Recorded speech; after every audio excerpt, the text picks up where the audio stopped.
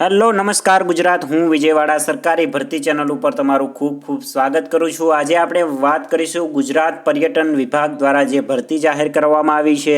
તો આપણે આ વિડીયોની અંદર તે ભરતીની અંદર કઈ રીતના ફોર્મ ભરવાનું છે, ફોર્મ ક્યાંથી ડાઉનલોડ કરવાનું છે, અથવા તો ઇન્ટરવ્યૂ આપવાનું છે, તો કઈ જગ્યાએ હાજર રહેવાનું છે, તેની એપ્લિકેશન ફી શું રહેશે, પગાર ધોરણ શું રહેશે, કઈ કઈ રીતના તેની અંદર ભરતી કરવામાં આવે છે, શું આ સરકારી ભરતી છે કે પછી કરાર આધારિત છે, તમામ વિગતવાર માહિતી આપણે આ વિડીયોની અંદર મેળવીશું। તે પહેલાં જો તમે આપણી સરકારી ભરતી ચેનલને સબસ્ક્રાઇબ ના કરી હોય તો હમણાં સબસ્ક્રાઇબ કરી બેલ આઇકન દબાવી લેવો, જેથી ગુજરાતમાં આવતી તમામ અપડેટ તમને રેગ્યુલર મળતી રહે।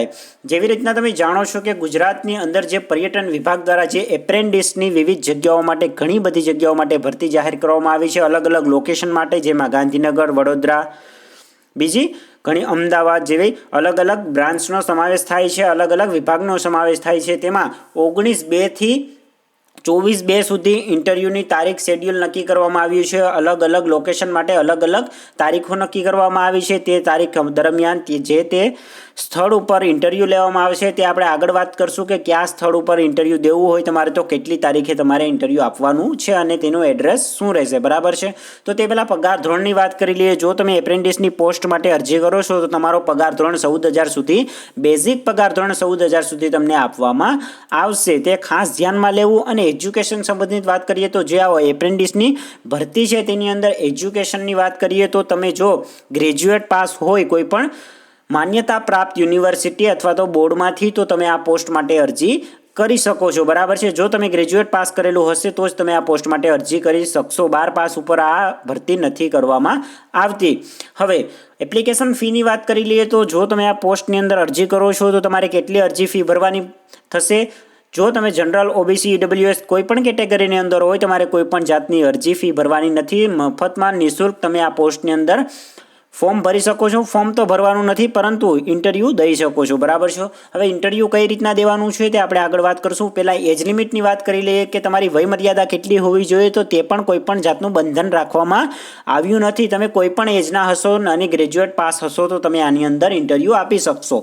એપ્લિકેશન મોડની વાત કરી લઈએ તો કઈ રીતના તમારે તેનું મોડ શું રહેશે, કે ઓનલાઈન છે, ઓફલાઈન છે, તો જે આ ઓફલાઈન ઇન્ટરવ્યૂ છે, બરાબર છે, આની ઓનલાઈન પ્રોસેસ નથી। તમામ ઉમેદવારોને એક વિનંતી કરું છું કે તમે કોઈ પણ એપ્લિકેશન અથવા તો પોસ્ટ માટે અરજી કરો છો તો તમે સત્તાવાર જાહેરાત ખાસ વાંચી લ્યો, કારણ કે અમુક સમયે ખોટી માહિતી સ્પ્રેડ થાય છે, તે અટકે છે આનાથી, બરાબર છે। સત્તાવાર જાહેરાતની લિંક હંમેશા આપણે આપીએ જ છે આપણી વેબસાઇટ ઉપર, તે પહેલાં વાંચી લેવાનું। ત્યારબાદ જો તેમાં દર્શાવેલા માપદંડ પ્રમાણે જો તમે યોગ્ય ક્વોલિફિકેશન પાસ કરેલું હોય તો તમે આ પોસ્ટ માટે અરજી કરી શકશો, બરાબર છે। તો ખાસ સત્તાવાર જાહેરાત વાંચી લેવાની છે, ગ્રેજ્યુએટ પાસ ઉમેદવારો માટે છે, બરાબર છે। હવે આપણે આની અંદર વાત કરીશું કે કયા લોકેશન માટે કયા દિવસે તમારે કયા લોકેશન માટે કયા દિવસે ઇન્ટરવ્યૂ છે અને કયા કયા ડોક્યુમેન્ટ લઈ જવાના રહેશે। તો તમારા જે આધાર કાર્ડ, પાન કાર્ડ જેવી ફરજિયાત જે ડોક્યુમેન્ટ છે, જે મેન્ડેટરી ડોક્યુમેન્ટ છે, તમારે સાથે રાખવાના છે, બરાબર છે। ત્યારબાદ તમે જે ગ્રેજ્યુએટ જે તે ફિલ્ડની અંદર પાસ કરેલું છે તેનું ક્વોલિફિકેશન સર્ટિફિકેટ તમારે સાથે રાખવાનું છે, 10મા અને 12માની માર્કશીટ પણ તમારે સાથે રાખવાની છે। એટલા ડોક્યુમેન્ટ સાથે તમારે જે તે લોકેશન અહીંયા આપેલા છે, બરાબર છે, તેની લિંક આપણે ડિસ્ક્રિપ્શનમાં આપેલી છે, ત્યાંથી તમે દરેક લોકેશનને ઓપન કરી અને તેનું એડ્રેસ વાંચી શકો છો અને કઈ જગ્યાએ તમારે ઇન્ટરવ્યૂ દેવાનું છે, બરાબર છે, તે તમે નક્કી કરી શકો છો। તેની અંદર સુરતની અંદર 23 તારીખ 23/2/2024ના ઇન્ટરવ્યૂ છે, બરાબર છે। અને સાપુતારાની વાત કરીએ તો ત્યાં 24/2/2024ના રોજ ઇન્ટરવ્યૂ છે। અમદાવાદ એરપોર્ટની વાત કરીએ ત્યાં 22/2/2024ના રોજ ઇન્ટરવ્યૂ છે, બરાબર।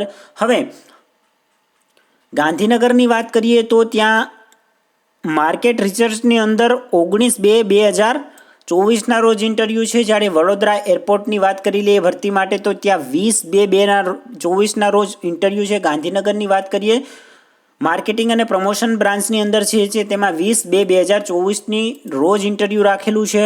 અને તેવી જ રીતના ગાંધીનગર એચઆર એન્ડ એડમિનિસ્ટ્રેશન બ્રાન્ચની અંદર જે ઇન્ટરવ્યૂ છે ત્યાં 21/2/2024ના રોજ આવા ઇન્ટરવ્યૂ રાખવામાં। તમામ ઇન્ટરવ્યૂની ડેટ મેં તમને જણાવી દીધી, બરાબર છે। ના સમજાય તમે કદાચ તોય પણ ડિસ્ક્રિપ્શનમાં આપણે લિંક આપેલી છે, ત્યાંથી ખોલી અને તમે વાંચી અને આની ઉપર તમે ક્લિક કરશો કે સુરતની અંદર કઈ જગ્યા ઉપર ઇન્ટરવ્યૂ છે અને કેટલી પોસ્ટ માટે ભરતી છે, બરાબર છે. તો તેમાં ડિટેલમાં તમામ માહિતી જો તમે સુરતની અંદર ફોર્મ ભરવા માંગતા હશો તો સુરત ઉપર ક્લિક કરવાનું છે, અથવા તો ગાંધીનગર હોય તો ગાંધીનગરના એ PDF ડાઉનલોડ કરવાની છે, બરાબર છે તમારે.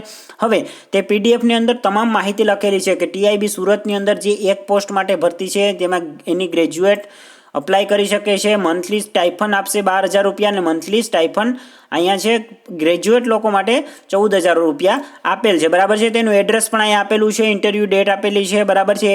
11 વાગ્યાથી લઈને 2 વાગ્યા સુધી ઇન્ટરવ્યૂ રહેશે. તેનું અહીંયા ટુરિઝમ ઇન્ફોર્મેશન બ્યુરોની અંદર જે અહીંયા આખું એડ્રેસ આપેલું છે, બરાબર છે. ત્યાં તમારે હાજર રહેવાનું રહેશે. તેવી રીતના તમે કોઈ પણ લોકેશનની અંદર ફોર્મ ભરો છો તો તમારે ખાસ પહેલાં આ ઓફિશિયલ નોટિફિકેશન વાંચી લેવાની રહેશે, બરાબર છે. એ રીતના તમારું ફોર્મ ભરાઈ જશે. આશા રાખું છું માહિતી તમને સમજાઈ ગઈ હશે. કંઈ પણ પ્રોબ્લેમ હોય, બરાબર, તો કોમેન્ટ કરજો વિડીયોના એન્ડમાં, બરાબર છે. કોમેન્ટ કરીને તમામ માહિતી તમને પ્રોવાઈડ કરશું, બરાબર. ના સમજાય તો મળીશું નવી ભરતી, નવી અપડેટ સાથે. તે પહેલાં જો તમે આપણી સરકારી ભરતી ચેનલને સબસ્ક્રાઇબ ના કરી હોય તો ખાસ સબસ્ક્રાઇબ કરી બેલ આઇકન દબાવી લેજો, તેથી તમામ અપડેટ તમને રેગ્યુલર મળતી રહે.